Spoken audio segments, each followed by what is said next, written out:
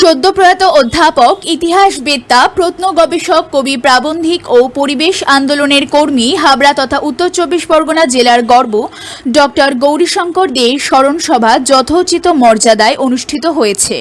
17 জুলাইয়ের বিকালে Habra girls high স্কুলে এই স্মরণ সভার আয়োজন করা হয়।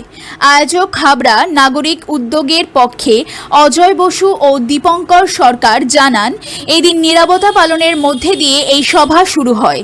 এরপর ডক্টর গৌরীশঙ্কর দের প্রতিকৃতিতে উপস্থিত সকলেই পুষ্পার্ঘ্য অর্পণ করেন।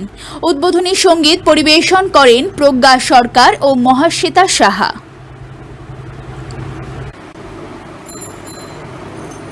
উল্লেখ্য, ডক্টর গৌরীশঙ্কর দে বিভিন্ন কলেজ ও বিশ্ববিদ্যালয়ে ইতিহাসের প্রবাদ প্রতিম অধ্যাপক ছিলেন। পশ্চিমবঙ্গ ইতিহাস সংসদ, ভারতীয় বিজ্ঞান congress association, Indian art history congress, the Asiatic society বিভিন্ন সংগঠনের তিনি ছিলেন আজীবন সদস্য।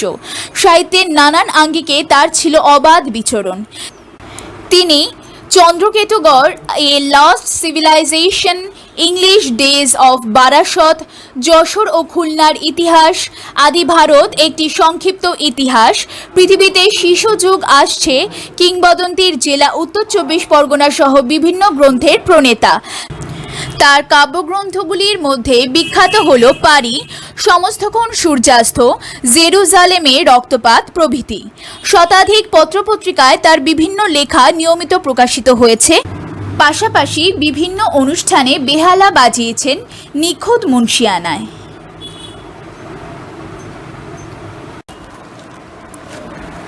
দেবদাস চট্টোপাধ্যায়ের সভাপতিত্বে আয়োজিত এই স্মরণ সভায় বহু বক্তা গৌরীবাবুর বিভিন্ন দিক নিয়ে আলোকপাত করেন। সভাতে বক্তব্য রাখেন অসিত বরণ বিশ্বাস, প্রবোধ সরকার, বাসুদেব মুখোপাধ্যায়, মানস দাস, দীপক কুমার দা, অরূপ সেন, সুশীল সাহা, আব্দুল অলিল, রেণুকা চন্দ, স্বপন চক্রবর্তী, দিলীপ কুমার দত্ত, সাধনা দাস, জনার্দন ঘোষ, রাইলি সেনগুপ্ত, অর্চনা দে বিশ্বাস, অশ্রুকণা অধিকারী, মৃণালকান্তি সরকার, টুলু সেন, সাত্তকী হালদার প্রমুখ। সঙ্গীত পরিবেশন করেন কৃষ্ণা দত্ত। এদিন স্মৃতিমেদুর এই সভা সুচারুভাবে উপস্থাপন করেন বিষ্ণু সরকার। সুদিন গোলদারের রিপোর্ট, নিউজ প্রতিধ্বনি, উত্তর চব্বিশ পরগনা।